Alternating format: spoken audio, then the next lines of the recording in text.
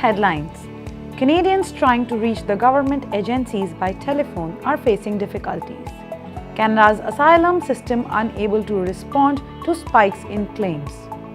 Drivers worldwide to go on strike ahead of Uber initial public offering. Prime Minister Modi, second most followed politician globally. Bollywood stars lose their sheen these elections. Welcome to Voice News Network. Half of the 16 million Canadians trying to reach one of the three government agencies by telephone are unable to speak to live humans, according to Canada's Interim Auditor General. In a new report released in Ottawa today, Sylvain Ricard says callers are facing too many barriers when trying to call the government for services or information. Ricard's office audited call centers at three departments that receive a lot of telephone calls: the Immigration Department, Employment and Social Development Canada, and Veterans Affairs. For all three departments, more than 1 million callers who did make it into a queue for an agent eventually gave up on waiting and hung up. And the Auditor General says the situation is unlikely to improve anytime soon. Canada's refugee system is plagued with the backlog of asylum claims that is worse now than it has ever been, caused in part by systematic inefficiencies, according to findings from Acting Auditor General Sylvain Ricard.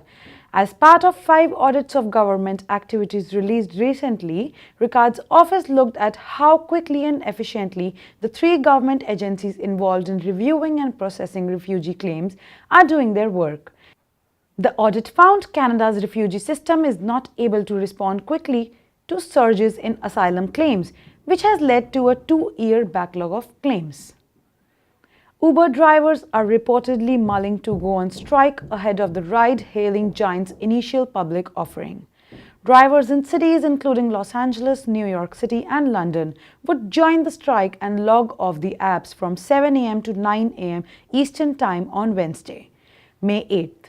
Wall Street investors are telling Uber and Lyft to cut down on driver income, stop incentives, and go faster on driverless cars.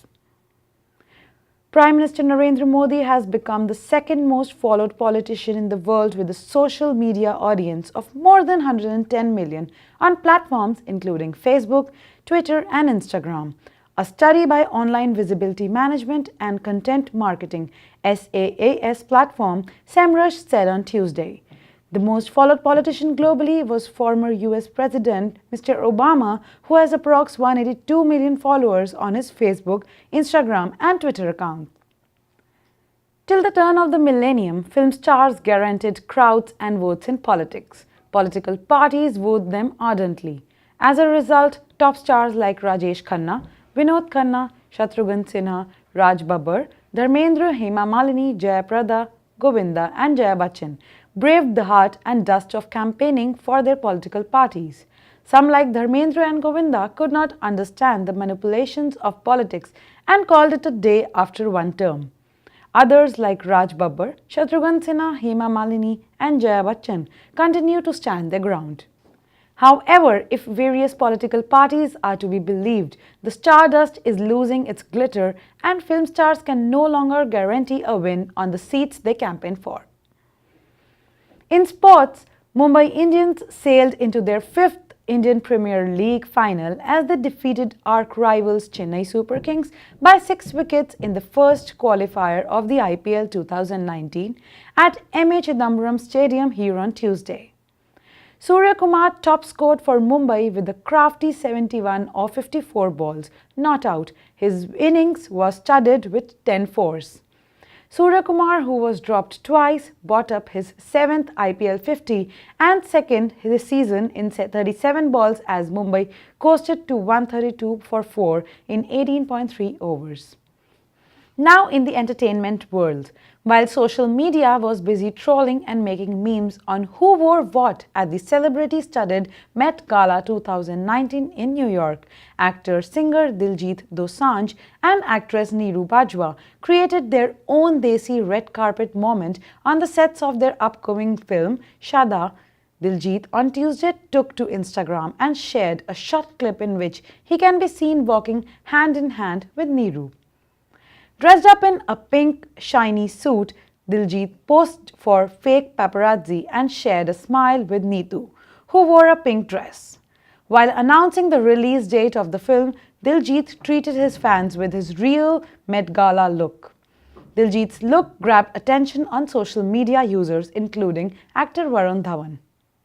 Hrithik Roshan's starrer Super 30 will hit the screens as scheduled on July 26th. The makers have confirmed that its release date may be changed due to clash with Kangana Ranaut's Mental Hai Kya. Hrithik Roshan's starrer Super 30 will hit the screens as scheduled on July 26th.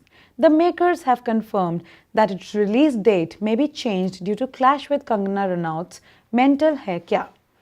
The buzz began after the release date of Mental Hai Kya, which also features Rajkumar Rao, was pushed from June 21st to July 26th. Hollywood star Brad Pitt has laughed off claims that he is dating his former wife Jennifer Aniston. There is a buzz that Pitt may have rekindled his love with Aniston after he attended her 50th birthday party in February. But the 55-year-old laughed off the claims when he was directly asked about the actress while talking a walk here on Tuesday. A photographer asked him if they were getting back together, and Pitt giggled and simply said, "Oh my God." The famous 2002 movie Bend It Like Beckham by Gurinder Chadha, renowned writer, producer and director, is being turned into a musical and will be showcased in Toronto between December 7 and 24. The film's director and writer Gurinder Chadha, who helped adapt the story for the stage, said as a multicultural city, Toronto provided the perfect setting for the musical before it heads to the US. She also informed the musical will also be taken to Mumbai and Dubai. While talking to VNN at the In5 Experium, Gurinder said she loved the crossover from digital to theatre and hoped the musical will capture the attention of audience because everyone can relate to it. Auditions for the musical will start soon. As per Gurinder, anyone who can sing and dance is welcome to join her. Her message to all the young girls from South Asian region was to follow their dream. Corey Ross, founder and CEO of Starbucks Entertainment, who has collaborated with Chadha in this project, told VNN he was very excited when he first saw the musical in London, and so partnership with her was natural progression. He also said the story has universal appeal as even he can relate to it as a father of a young girl. Tickets for Bend It Like Beckham, produced by Starbucks Entertainment, went to sale on Tuesday. Let's listen to what they have to say. So you are coordinating with the Gurinder for this amazing show that you guys are bringing to Toronto. So please tell me, what was the thought process behind this? Well, I was in London in 2015, and I had the opportunity to see Bend It Like Beckham the musical, and that was where they originated the show. And I saw the show, and I thought, wow, this is the perfect show for Toronto. So we began to talk on and off about how we can make it happen, and the idea is that the show will start in Toronto, and then it'll begin to tour. So we're talking to a theater in Mumbai, and we're talking to a theater in Dubai, we're talking to a theater on Broadway. So it's a real interesting opportunity to start something here in Toronto, and then to see it go all over the world. So, but my question specifically was that when you were thinking of having a partnership with her to, bring this musical, why do you think that it was so important to tell this story in a musical? Well, so the idea to do it as a musical truly wasn't mine. Again, I saw it; it was already done. It was Gurinder's idea, and I asked Gurinder the same question, and you can ask her afterwards. And she told me that when she went to see Billy Elliot, which had been a small film and became a large musical, that she realized that there was this opportunity with Bend It, and she was right, because every single scene, the emotions are just taken up a whole notch when you can add in music and dance and the fusion of the soccer players and the Western dance and the Western music, and then the Bollywood dancing and the Indian world and the Indian music. That coming together makes a really unique evening, and that's what I saw when I saw it in London. I said, wow, like this is something completely unique and completely engrossing and a lot of fun and interesting, and it's going to appeal. It's going to appeal to a wide group of people, and why not start it in Toronto? Gurinder, thank you very much for talking to us. We are so thrilled and excited. You made such a brilliant movie. You will not imagine. I watched it twice, not even once. Only twice? Yes. And I can watch it more times. That's what I wanted to say. Yes. So now you are turning it into a musical. So Yes. what exactly was the thought process? Why did you think of, in the first place, turning it into a musical? Well, someone approached me and said, I think this will make a great musical. And at first I was like, I don't know, I'm not sure. And then the more I started thinking about it, the more I was like, you know what? This is a great story that needs to be told over and over again, because it's about tolerance, it's about integration, it's about celebrating who we are, celebrating difference, but within a wider multicultural setting. So I thought, why not? Let's try. And then as soon as I started working on it, it was fantastic. I loved it. And the final product for me, the Bend It Like Beckham musical, for me is better than the film. I know that's a terrible thing to say, and most people love the film, but the show is really something else. It's so emotional, and the music, I've combined shabads and Punjabi folk music with Heer. I have Bhangra music. I have classic tunes like Rail Gaddi. I have new tunes that we created, and of course the traditional West End Broadway style songs. But, there's so few people telling our stories and celebrating the difference compared to so many people trying to exploit the difference and create problems, that I think it's an important time to bring this show back, bring the story back, and put it out there in the world. Have you started auditions in Brampton, or are you setting up a date to start? And how can people, actually apply? Because during the press conference you said everyone who can dance and sing can apply. So what is the procedure? So we have a casting director, a local casting director from Toronto. We have a website, benditmusical.com.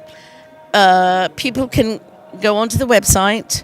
There's also a Facebook page, and a casting director at the end of the month is going to do 2 days of casting, and anybody, can apply. We need people who do have some experience, though, because it's tough. It's not like singing and dancing once. You have to do it 8 times a week, So you have to know how to, protect your voice. You've got to know how to do singing, dancing, acting, for 8 times a week. So it's a big job, but it's very rewarding. But we can carry people, we can have stars, and then we can break new people too. So how was the experience? You have made 9 films. So from films to musical. So how was the journey? Oh, I loved it. I loved every minute of making this musical. And for me, I feel it's better than the movie. I mean, I really do. It's very emotional storytelling, and I love music, and I love when I combine and I fuse music, and that's what the musical does. It mixes and represents, my complete identity of who I am, a bit of this, bit of that, a mixture. Sounds like an interesting event is coming to Toronto. I'm really looking forward to see this show. I hope that you are gonna enjoy it too. And that's all for today. I'm gonna see you tomorrow.